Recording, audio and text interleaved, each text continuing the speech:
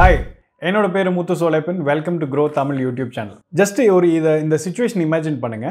நீங்கள் வந்து ஒரு புதுசாக ஒரு பைக்கை வாங்கி ஒரு ப்ரீஸியாக வந்து ஒரு பெரிய லாங் டிரைவ் போயிட்டுருக்கீங்க, நல்ல மியூசிக் கேட்டு போயிட்டுருக்கீங்க. சடனாக வந்து குறுக்க வந்து ஒரு கார் வருது. அந்த காரில் வந்து டக்குன்னு வந்து மோதி என்ன ஆயிடுது, காருக்கும் டேமேஜ் ஆயிடுது, உங்கள் பைக்கு எல்லாத்துக்கும் டேமேஜ் ஆயிடுது. லக்கிலி உங்களுக்கு வந்து எந்த விதமான உங்கள் உடம்புக்கு எந்த விதமான அடிப்படலை, ஆனால் உங்கள் பைக்கு டோட்டலாக வந்து டேமேஜ் ஆகிடுச்சு. காட்ஸ் கிரேஸ் நீங்கள் பொழைச்சிட்டிங்க, பட் ஆனால் பைக்கு வந்து டோட்டலாக கண்டமாயிடுச்சு. இன்னொரு பக்கம் என்னென்னா, நீங்கள் இடித்த காருக்கும் வந்து பார்த்திங்கன்னா வந்து காருக்கும் நிறைய டேமேஜஸ் இருக்குது. இந்த மாதிரி சிச்சுவேஷனில் தான் வந்து பார்த்திங்கன்னா ஒரு டூ வீலருக்கு உண்டான இன்சூரன்ஸ் பிளான் எவ்வளோ முக்கியம் அப்படின்னு சொல்லிட்டு உங்களுக்கு தெரிய வரும். ஸோ இன்றைக்கி வீடியோவில் வந்து டூ வீலர் இன்சூரன்ஸ் பிளானை பற்றி தான் வந்து பேச போகிறோம்.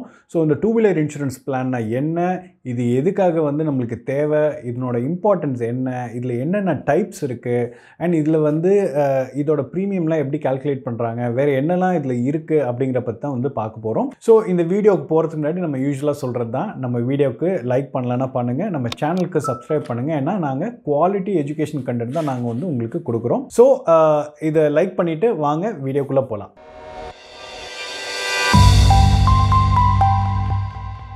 ஃபஸ்ட்டு இந்த டூ வீலர் இன்சூரன்ஸ் பிளான்னா என்னன்னு சொல்லி நம்ம அண்டர்ஸ்டாண்ட் பண்ணிக்கணும். சரி, டூ வீலர் இன்சூரன்ஸ் பிளான்னா என்னென்னா, உங்களோட டூ வீலர்ஸ் இருக்கு இல்லையா, ஒரு பைக்கு மோட்டர் சைக்கிள் இருக்கு இல்லையா, அதுக்கு வந்து ஃபினான்ஷியல் ப்ரொடெக்ஷன் வந்து கொடுக்குறது தான் அந்த டூ வீலர் இன்சூரன்ஸ் பிளான். எதுக்கு அகேன்ஸ்டாக ப்ரொடெக்ஷன் கொடுக்குறாங்க அப்படின்னு பார்த்தீங்கன்னா, உங்கள் டூ வீலர் வந்து ஏதாவது டேமேஜ் ஆகிருக்கலாம், இல்லை ஆக்சிடென்ட் ஆகிருக்கலாம், இல்லை வந்து தொலைஞ்சு போயிருக்கலாம், இல்லை ஃபயர் எது ஆகிருக்கலாம், இல்லை வந்து நேச்சுரல் கலாமிட்டிஸில் ஏதாவது ஆகிருக்கலாம்.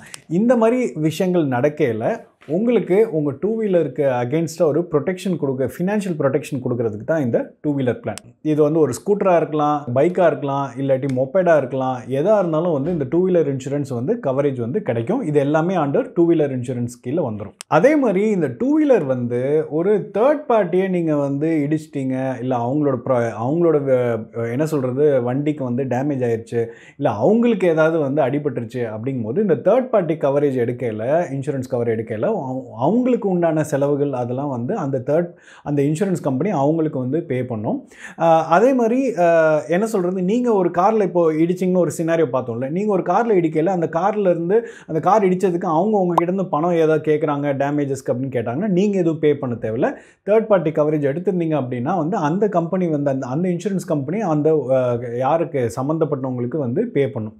ஸோ இது எல்லாமே வந்து பார்த்திங்கன்னா வந்து இந்த இன்சூரன்ஸ் எடுக்கிறதுனால வந்து இருக்கக்கூடிய பெனிஃபிட்ஸ். இன்னொரு இம்பார்ட்டண்டான விஷயம் என்னென்னா வந்து கவர்மெண்ட் மேண்டேட் படி டூ வீலர்ஸ் ஆக்ட் 1988 படி வந்து பார்த்திங்கன்னா வந்து இந்த தேர்ட் பார்ட்டி இன்சூரன்ஸ் வந்து எடுக்கணும் அப்படின்னு சொல்லிட்டு ஒரு இது கொண்டு வந்திருக்காங்க கவர்மெண்ட். இந்த இன்சூரன்ஸ் பொறுத்தவரை உங்களுக்கு வருஷம் வந்து பார்த்திங்கன்னா ஒரு ப்ரீமியம் அமௌண்ட் நீங்கள் கட்டணும். அப்போ தான் வந்து இந்த இன்சூரன்ஸ் வந்து உங்களுக்கு எஃபெக்டிவாக வந்து இருக்கும். ஸோ இதெல்லாம் வந்து பார்த்தோம்.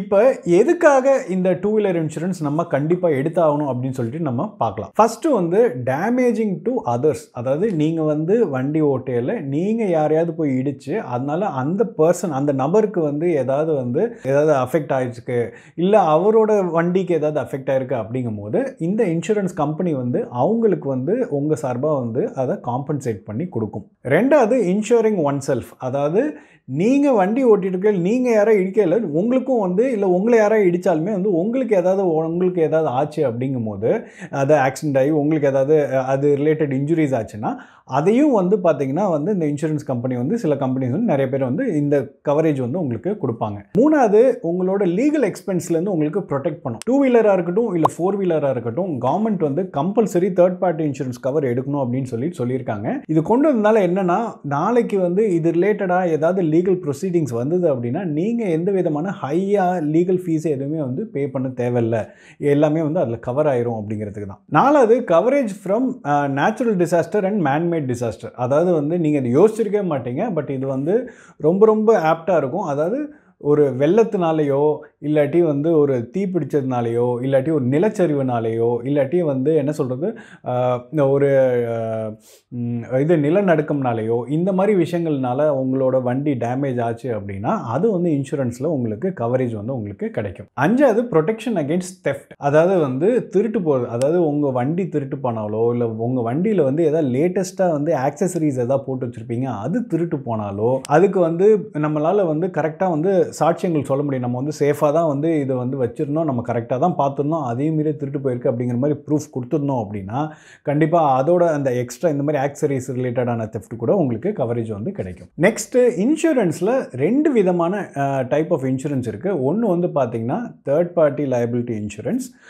தேர்ட் பார்ட்டி லைபிலிட்டி இன்சூரன்ஸ்னால் என்ன அப்படிங்கும்போது, நீங்கள் வந்து நீங்கள் வண்டி ஓட்டிகிட்டு போகல இன்னொருத்தவங்களோட ஒரு ஆக்சிடெண்ட் ஆயிடுச்சு அப்படிங்கும்போது அந்த 3வது மனுஷன் இருக்கா இல்லையா, அந்த 3வது மனுஷங்களுக்கு ஏதாவது வந்து இன்ஜுரி ஆச்சுனாலோ இல்லை அவங்களோட வண்டிக்கு ஏதாவது ஆச்சுனாலோ உங்ககிட்ட அவங்க கிளைம் பண்ண தேவையில்லை. ஏன்னா அந்த இன்சூரன்ஸ் நீங்கள் தேர்ட் பார்ட்டி கவரேஜ் எடுத்திருந்தீங்க அப்படின்னா அந்த இன்சூரன்ஸ் கம்பெனி அவங்களுக்கு வந்து கவரேஜ் கொடுக்கும். இதுதான் வந்து தேர்ட் பார்ட்டி லைபிலிட்டி. ஸோ இந்த தேர்ட் பார்ட்டி லைபிலிட்டி இன்சூரன்ஸுங்கும் போது உடனே நிறைய பேர் என்ன நினச்சிருவாங்க, அப்போது எல்லாமே கவர் ஆயிரும் போல அப்படின்னு நினச்சிருப்பாங்க. இல்லை, அதுதான் தப்பு. ஸோ இதில் வந்து என்னெல்லாம் கவர் ஆகலை அப்படிங்கிறது நீங்கள் தெரிஞ்சுக்கணும் இந்த தேர்ட் பார்ட்டி லைபிலிட்டியில். ஃபஸ்ட்டு வந்து டேமேஜஸ் டு த ரைடர், அதாவது நீங்கள் ஓட்டுநராக இருக்கீங்க அப்படிங்கும்போது இந்த தேர்ட் பார்ட்டி லைபிலிட்டியில் நீங்கள் ஏதாவது ஆக்சிடென்ட் காஸ் பண்ணிங்கன்னா உங்களுக்கோ உங்கள் வண்டிக்கோ எந்த விதமான கவரேஜ் வந்து கிடைக்காது.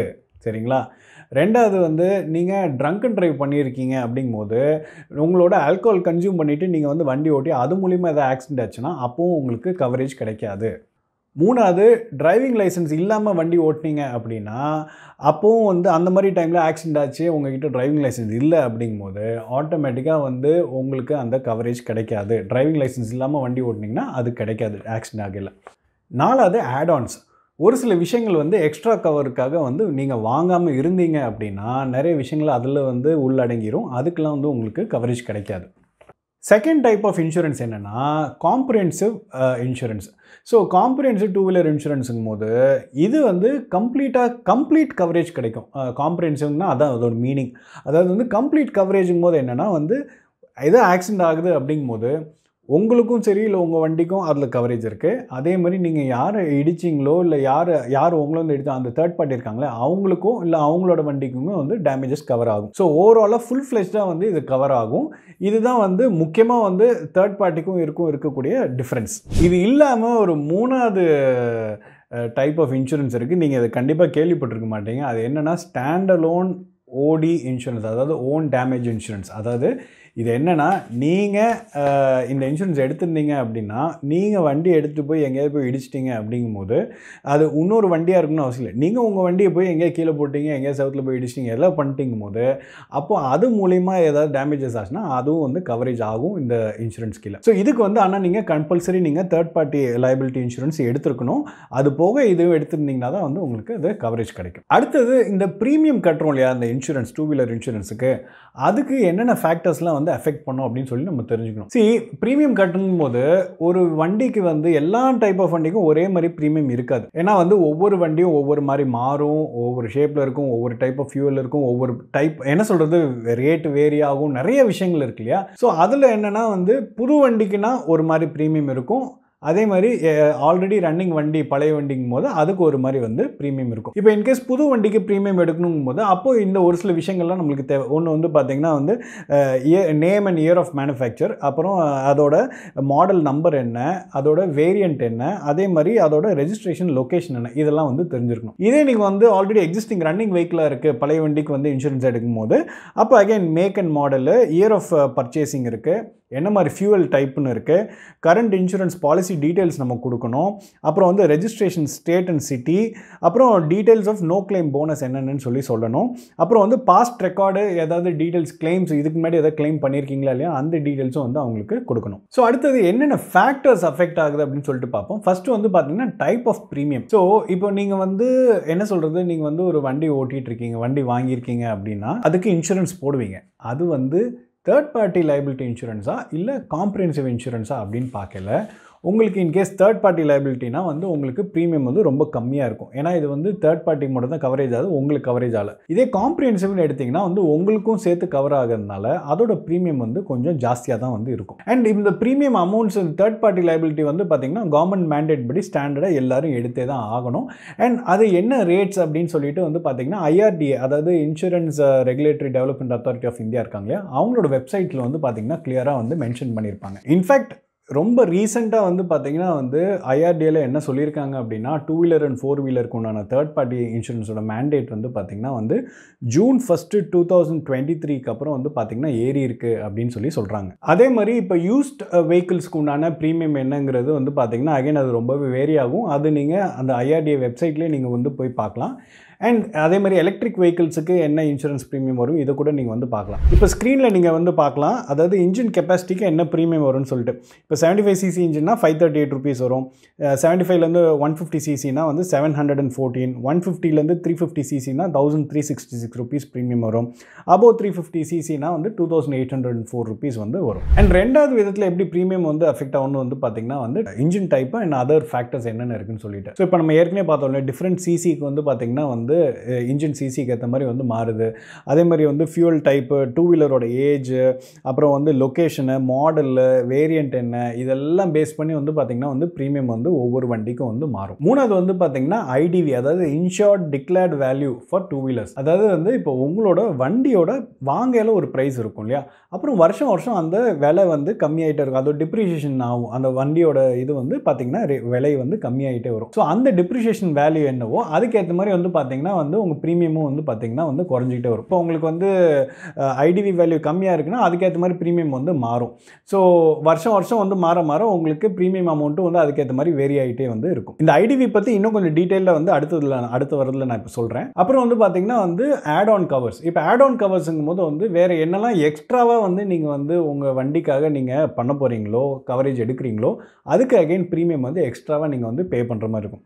அதை பற்றியும் நான் இப்போ டீட்டெயிலாக அடுத்ததில் சொல்கிறேன். அஞ்சாவது வந்து பார்த்தீங்கன்னா எக்ஸ்ட்ரா ஆக்சசரிஸ், இதுக்கெல்லாம் வந்து பார்த்தீங்கன்னா ப்ரீமியம் வந்து பார்த்தீங்கன்னா அகைன் மாறும். அதாவது நீங்கள் வந்து உங்கள் வண்டி வாங்கி அதுக்கு திரும்ப வந்து அதை இன்னும் கொஞ்சம் பியூட்டிஃபிகேஷனுக்காக, இல்லை உங்களுக்கு பிடிச்ச மாதிரி அதை கொஞ்சம் கொஞ்சமாக மாற்றுறதுக்கு, இல்லை ஒரு சில விஷயங்களை ஆட் பண்ணுறீங்க அப்படின்னா அப்போ அதுக்கெலாம் வந்து பார்த்தீங்கன்னா அதுக்கும் சேர்த்து நீங்கள் இன்சூரன்ஸ் கவரேஜ் எடுக்கணும் அப்படிங்கும்போது அப்போ அதுக்கும் வந்து ப்ரீமியம் வந்து பார்த்தீங்கன்னா ஆட் ஆகிட்டே வந்து வரும். ஸோ அந்த ஐடிவினா என்ன, அதை எப்படி கால்குலேட் பண்ணுறாங்க அப்படின்னு சொல்லிட்டு பார்ப்போம். ஸோ ஐடிவினா வந்து இன்ஷூர்ட் டிக்ளேர்ட் வேல்யூ. அதாவது என்னென்னா உங்களுக்கு இது எப்போ உங்களுக்கு வந்து பயன்பாட்டுக்கு வரும் அப்படின்னா, நீங்கள் வந்து ஒரு வண்டி வாங்கியிருக்கீங்க, அதை யூஸ் பண்ணிகிட்டு இருக்கீங்க, அதுக்கு ஏதோ ஒரு டேமேஜ் ஆகிடுச்சு இல்லை ஆக்சிடென்ட் ஆனதுனால அதை திரும்ப அந்த வண்டியை வந்து யூஸே பண்ண முடியாது அப்படிங்கிற மாதிரி ஒரு சுச்சுவேஷன் வரையில அப்போ என்ன பண்ணணும், நீங்கள் வந்து வேறு வண்டி தான் வாங்கணும். பட் அந்த மாதிரி டைமில் நீங்கள் இப்போ இன்சூரன்ஸ் எடுத்திருக்கீங்க போது அந்த வண்டியோட விலை என்ன, அன்னைக்கு டேட்டுக்கு அதோட கரண்ட் மார்க்கெட் ப்ரைஸ் என்ன இருக்கும் அப்படிங்கிறத பார்த்து அதை தான் வந்து இன்ஷூர் டிக்ளேர் ஐடிவி வேல்யூன்னு சொல்லுவாங்க இல்லையா, அதுக்கு உங்களுக்கு கவரேஜ் வந்து அந்த அமௌண்ட்டும் உங்களுக்கு கொடுப்பாங்க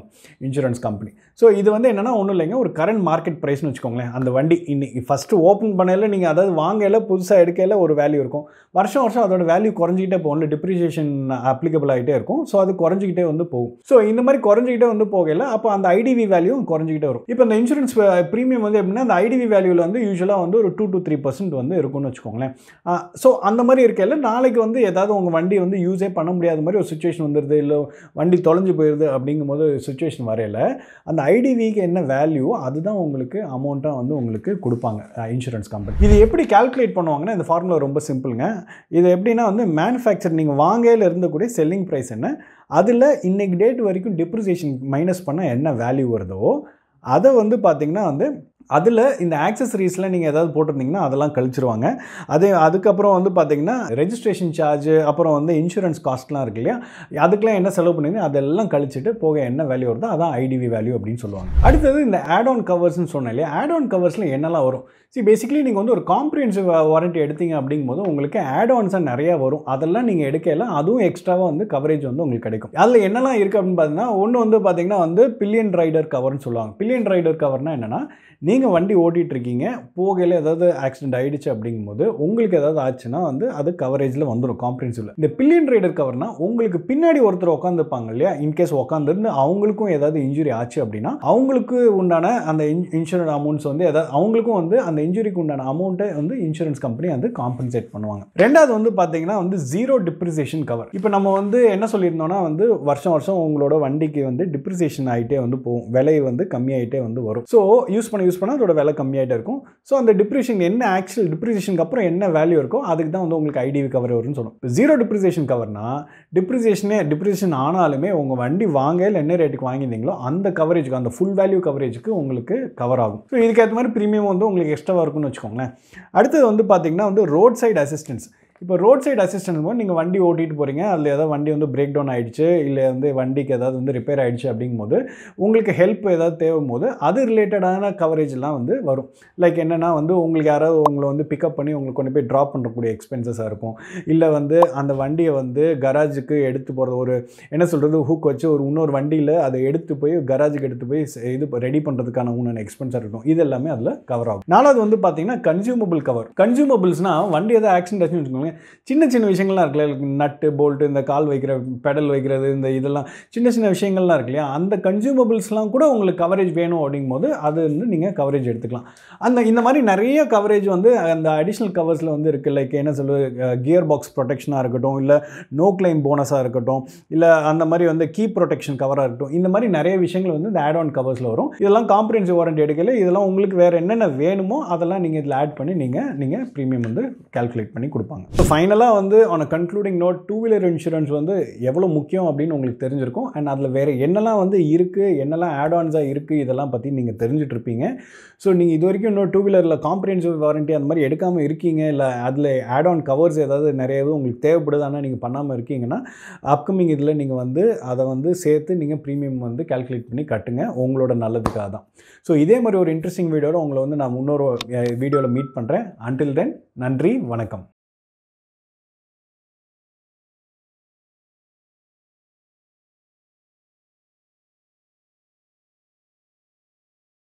Investment in securities market are subject to market risks. Read all the related documents carefully before investing. Please read the risk disclosure documents carefully before investing in equity shares, derivatives, mutual fund, and or other instruments traded on the stock exchanges.